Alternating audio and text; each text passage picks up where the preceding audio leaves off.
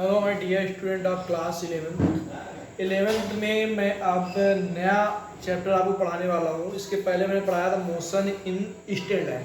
अब मैं पढ़ाऊँगा आपको मोशन इन प्लेन, जिसको हम लोग बोलते हैं वेक्टर। ठीक है, तो मोशन इन प्लेन में तो सबसे पहले बात करेंगे हम लोग क्वांटिटी की। किसकी बात करेंगे बेटा? क्वांटिटी की। दो टाइप की क्वांटिटी होती है, आपको मैंने कहा है। एक होती है स्केलर क्वांटिटी,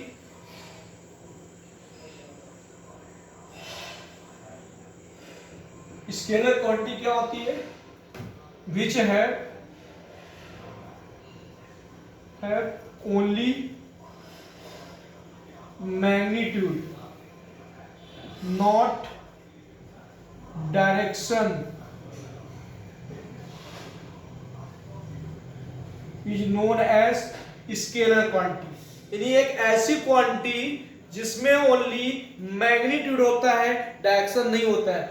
अब आप लोग बोलोगे मैग्नीट्यूड मतलब होता है कोई उसकी एक्चुअल वैल्यू, उसकी कोई एक्चुअल वैल्यू, तो वो आपकी होगी scalar quantity. For example distance, speed, mass etcetera many more, ये आपकी बात होगी स्केलर क्वांटिटी की। तो quantity which have only magnitude not direction, कोई डायरेक्शन उसमें नहीं होती है, वो आपकी क्वांटिटी कौन सी होगी? Scalar quantity. अब हम लोग बात करेंगे बेटा वेक्टर क्वांटिटी की। किसकी बात करेंगे? वेक्टर क्वांटिटी की। जरा ध्यान देखिएगा, what is vector quantity?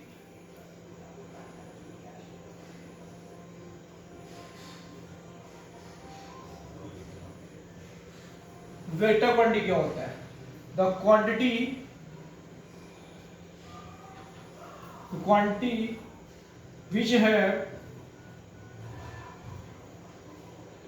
which have both magnitude and direction. The quantity which have magnitude and direction, यानी जिसके पास मैग्नीट्यूड भी होता है और डायरेक्शन भी होती है। सॉरी, हैज लगेगा, पिछले वाले में भी हैज होगा, वन चीज की। तो the quantity which has only magnitude known as scalar quantity, but the quantity which has magnitude and direction both, जिसमें मैग्नीट्यूड भी होती है और डायरेक्शन भी होता है, वो क्या होता है? Vector quantity. एग्जांपल देके समझाते हैं। मान लिया एक बॉडी है जिसपे हम अप्लाई कर रहे हैं फोर्स अप्लाई कर रहे हैं, तो एक डायरेक्शन में लगा रहे हैं, तो इसमें डायरेक्शन भी है। 10 न्यूटन में फोर्स लगा रहे हैं, 10 क्या हो गया? मैग्नीट्यूड हो गया। यानी फोर्स आपको कौन सी क्वांटिटी हो गया? वेक्टर। मैंने इस वॉल पे एक 10 न्यूटन का फोर्स लगाया, तो डायरेक्शन क्या है मेरी? ये मैंने एक डायरेक्शन में फोर्स लगाया, डायरेक्शन भी है और क्या है? मैग्नीट्यूड बोले तो वैल्यू। यानी ऐसी क्वांटिटी जिसमें डायरेक्शन और मैग्नीट्यूड दोनों होता है, वो आपकी वेक्टर क्वांटिटी होती है। फॉर एग्जाम्पल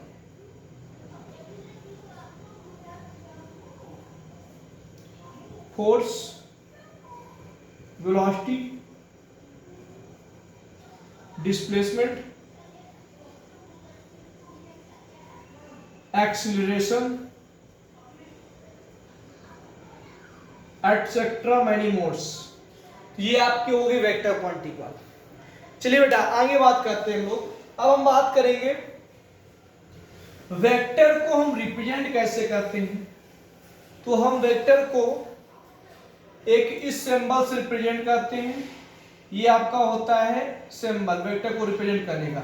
ये सिंबल को बोलते हैं हम लोग हेड, और इसको बोलते हैं हम लोग टेल, और ये जो यहां से लेके यहां तक डंडी जो आपकी होती है, इसको हम लोग बोलते हैं मैग्नीट्यूड। क्या बोलते हैं बेटा? मैग्नीट्यूड। तो वेक्टर को हम कैसे रिप्रेजेंट करते हैं? हम लोग ऐसे रिप्रेजेंट करते हैं। इसको क्या कहेंगे हम? The representation of vector. The representation of vector, यानी वेक्टर को कैसे रिप्रेजेंट करते हैं। ये आपका हो गया हेड, ये हो गई टेल, और यहां से लेके यहां तक की डिस्टेंस को हम लोग क्या बोलेंगे? मैग्नीट्यूड। ठीक है, तो वेक्टर को रिप्रेजेंट करना आ गया। अब हम बताएंगे equality of vectors. Equality of vectors, तो इक्वलिटी ऑफ वेक्टर्स क्या होती है, ध्यान देखिएगा।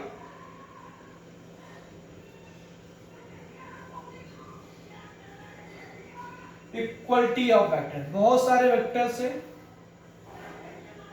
ए vector, B vector, C vector, D vector. इन सब वेक्टर का मैग्नीट्यूड आपका क्या है, सेम, यानी ये आपस में मैग्नीट्यूड में सेम है, तो इक्वल कर देंगे। A vector equal to B vector equal to C vector equal to D vector, सबका मैग्नीट्यूड सेम है। बट मैंने एक चीज देखी, जो सी की डायरेक्शन है वो अपोजिट है, तो यहाँ क्या आएगा, माइनस, यानी जिसकी डायरेक्शन चेंज हो जाएगी उसके सामने सिंबल कौन सा आएगा, माइनस का, यानी वेक्टर क्या हो जाएगा, माइनस।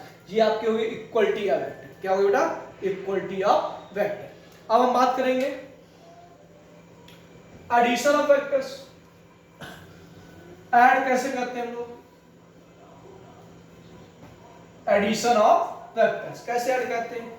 सपोज दैट आपका एक वेक्टर ए है, दूसरा वेक्टर बी है, तो इसका रिजल्टेंट जो निकालेंगे वो इस प्रकार होगा, आर वेक्टर। तो यहां से आर वेक्टर इक्वल होगा ए वेक्टर प्लस बी वेक्टर। मैंने कैसे ऐड किया, अगर हेड से टेल लगा हुआ होगा तो आपका ऐड होगा इस प्रकार, हेड फिर आपका क्या आ गया, टेल, तो ये ए वेक्टर और ये बी वेक्टर आपका हो जाएगा ऐड। क्या हो जाएगा बेटा, ऐड। और अगर आपका ये हो जाए तो यहां हो जाएगा ए वेक्टर माइनस बी वेक्टर, इसकी डायरेक्शन क्या हो जाएगी अपोजिट, या फिर ये हो जाए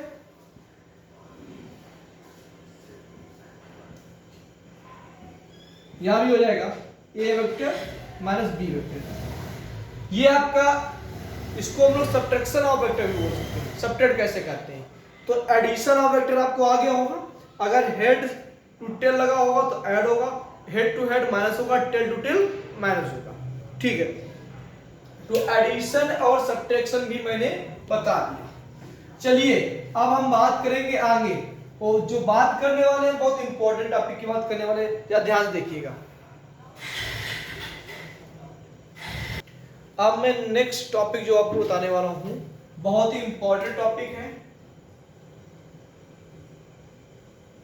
ट्रायंगल लॉ ऑफ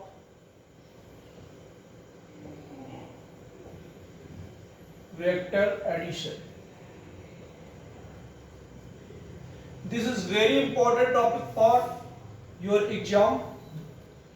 तो आप कैसे इसको सॉल्व करेंगे, या ध्यान देखिएगा। मान लिया एक वेक्टर आपका ए वेक्टर है और एक आपका बी वेक्टर है, जिनका आपका मैग्नीट्यूड क्या है, आर वेक्टर, जो कि यहां से एंगल अल्फा बना रहे हैं, और ए वेक्टर बी वेक्टर एक दूसरा थीटा एंगल बना रहे हैं। यहां से हमने एक परपेंडिकुलर लाइन ड्रा कर ली, ये डॉटेड लाइन ए बी, ये मान लिया पॉइंट पी क्यू आर, ये मान लिया एस। आपके दो वेक्टर दे रखे थे, क्या एक दे रखा था पी क्यू वैल्यू क्या थी, ए वेक्टर, और एक था क्यू आर वेक्टर जिसकी वैल्यू दे रखी थी बी वेक्टर, और एक आ रहा पी आर, वो आपका क्या है, आर वेक्टर, ये आपका क्या है, पी आर रिजल्टेंट वेक्टर, ठीक है। तो हमें इसको सॉल्व करना है।